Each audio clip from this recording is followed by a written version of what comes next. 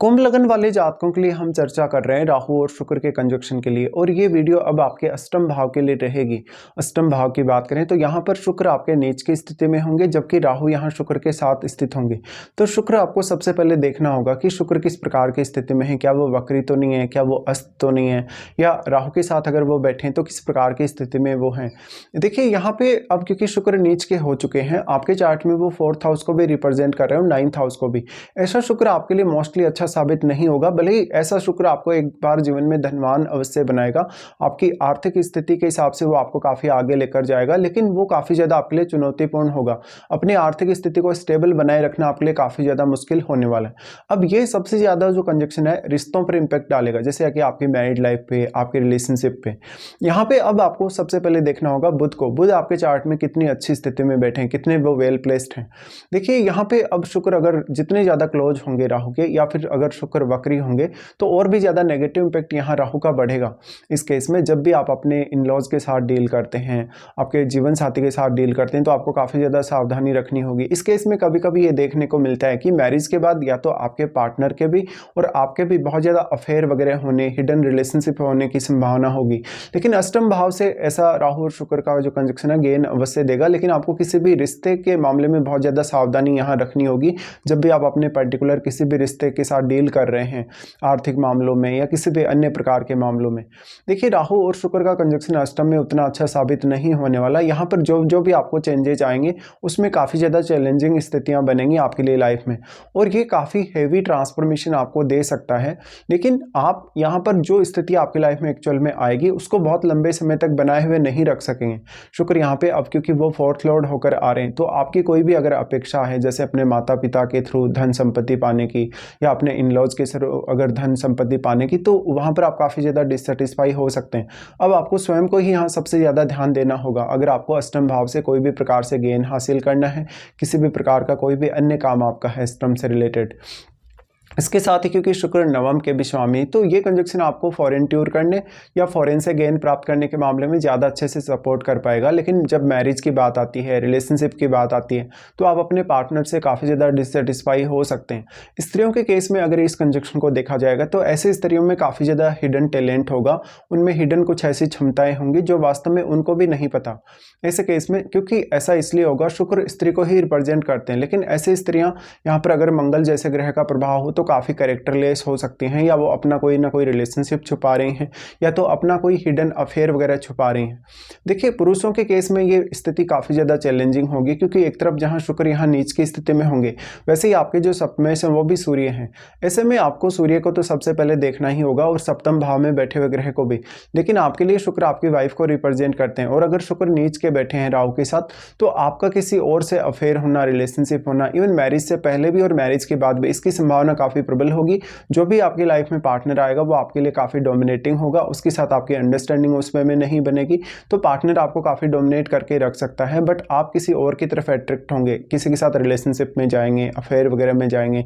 इससे आपकी लाइफ बहुत ज़्यादा चैलेंजिंग हो सकती है। अब यहाँ सबसे बड़ा रोल बढ़ जाता है, यहाँ राहु या शुक्र के साथ कोई भी ग्रह अगर बैठा है तो वो ग्रह आपके चार्ट में कौन कौन से भावों को रिप्रेजेंट कर रहा है, कौन कौन से भावों का वो स्वामी है, ये आपको देखना चाहिए। वास्तव में ऐसा राहु आपको उन भावों के लिए भी बहुत हाई एक्सपेक्टेशन देगा, लेकिन कभी कभी ऐसा होगा कि वो एक्सपेक्टेशन आप सामने नहीं लाना चाहते, आप अपने पार्टनर के साथ रिलेशनशिप को लेकर सेटिस्फाई नहीं है, तो वो भी आप अपने पार्टनर के साथ शेयर करना पसंद नहीं कर रहे, आपको कहीं कोई और अच्छा लग रहा है, किसी और के साथ आप ज़्यादा अटैच्ड हैं।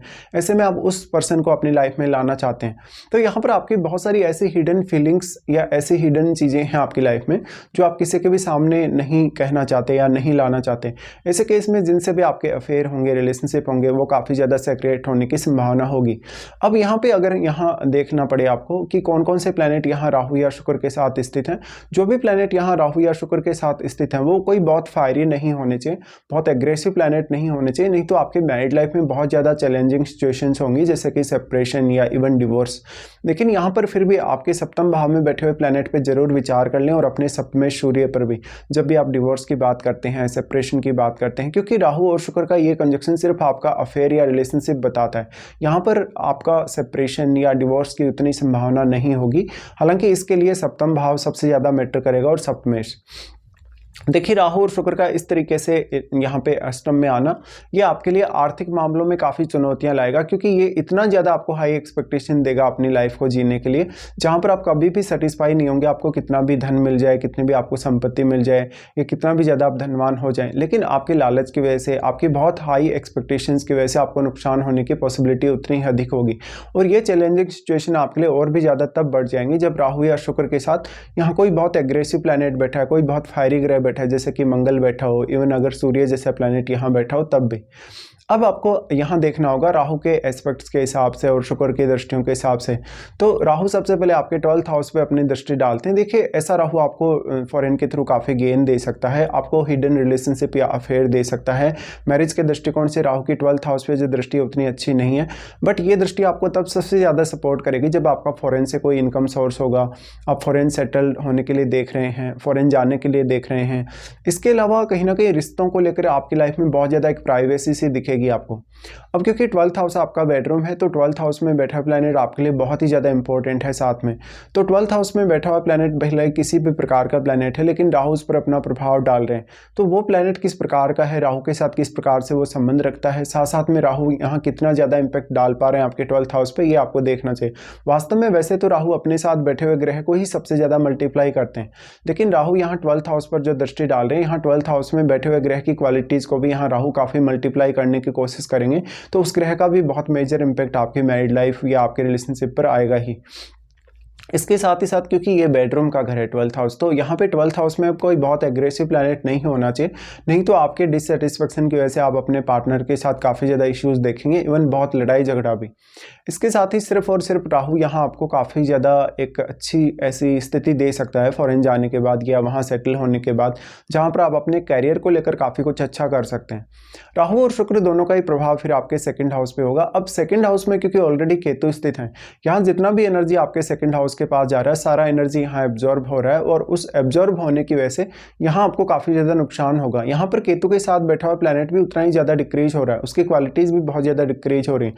तो अब वो प्लैनेट किस प्रकार का है, किस प्रकार का संबंध उनका इनके साथ है, वास्तव में केतु के साथ उसका किस प्रकार का संबंध है, क्योंकि केतु उस ग्रह की सारी क्वालिटीज़ को अपने में समाहित कर रहे हैं, तो वो ग्रह काफ़ी कमज़ोर हो रहा है। साथ में वो ग्रह आपके चार्ट में जिन जिन भावों का स्वामी है, उन भावों के मामले में भी आपको कुछ बेटर रिजल्ट मिलने की संभावना नहीं होगी उतनी ज़्यादा। यहाँ पे अब जो राहु और शुक्र का प्रभाव है, हालांकि राहु यहाँ केतु को प्रभावित कर रहे हैं, बट दोनों के बीच में 180 डिग्री का एंगल है, तो जितना एंगल होगा प्रभाव उतना ही पड़ेगा। लेकिन क्योंकि शुक्र बहुत मल्टीप्लाई हुए हैं, और वैसे तो शुक्र नीच के ही हैं, लेकिन शुक्र फिर भी यहाँ ज़्यादा प्रभाव डालने में सक्षम है आपके सेकंड हाउस पे। इसके साथ साथ केतु के साथ बैठे हुए प्लैनेट के लिए आपको बहुत ही विशेष तौर पे सोच समझकर आपको जज करना होगा और आगे बढ़ना होगा। ऐसे में आपकी पारिवारिक स्थिति, आपकी सेविंग्स वगैरह को लेकर काफ़ी ज़्यादा रिस्क बढ़ जाता है, आप काफ़ी ज़्यादा गलत फैसले भी लेते हैं अपनी फैमिली को लेके। उसके बाद राहु का प्रभाव यहाँ 4th हाउस पे होगा। देखिए राहु का प्रभाव 4th हाउस पे होगा तो बहुत ज़्यादा ऐशो आराम, धन, लग्जरी और सारी की सारी सुख सुविधाओं के साथ जीने के लिए ऐसा राहु आपको प्रेरित करता है। ऐसा राहु आपको फॉरेन में ज़्यादा अच्छी लाइफस्टाइल दे सकता है आपके अपने बर्थ प्लेस की तुलना में। इसी तरीके से राहु का प्रभाव यहाँ होगा तो मोस्टली परिवार के सदस्यों से दूर जाने की संभावना, परिवार के सदस्यों के साथ बहुत ज़्यादा चैलेंजिंग कंडीशंस होना आपके लिए, या परिवार के सदस्यों के साथ बहुत ज़्यादा मतभेद होने की संभावना होगी। आपके चार्ट में वैसे देखा जाए तो शुक्र क्योंकि 4th लॉर्ड भी है और 9th लॉर्ड भी, ऐसे केस में राहु का दृष्टि आपको काफ़ी फेवर करना चाहिए, बट हालांकि यहाँ पर जो 4th हाउस में ग्रह होगा उसका भी उतना ही बड़ा रोल होगा यहाँ पर, तो इस हिसाब से आपको विचार करना चाहिए। मोस्टली ये कंजक्शन आपकी लाइफ में बहुत ज़्यादा सेक्रेट चीज़ें लाएगा, बहुत ज़्यादा सेक्रेट अफेयर्स, रिलेशनशिप वगैरह लाएगा, और कहीं ना कहीं इनसे आपका कैरियर भी बहुत ही ज़्यादा मेजरली इम्पेक्ट होगा, तो इस हिसाब से आपको विचार करना चाहिए। अब आपको अगर राहु या शुक्र की महादशा है तो वो महादशा आपको कौन से एज पीरियड में आने वाली है, इसका आपके लिए बहुत ही इंपॉर्टेंट रोल होगा।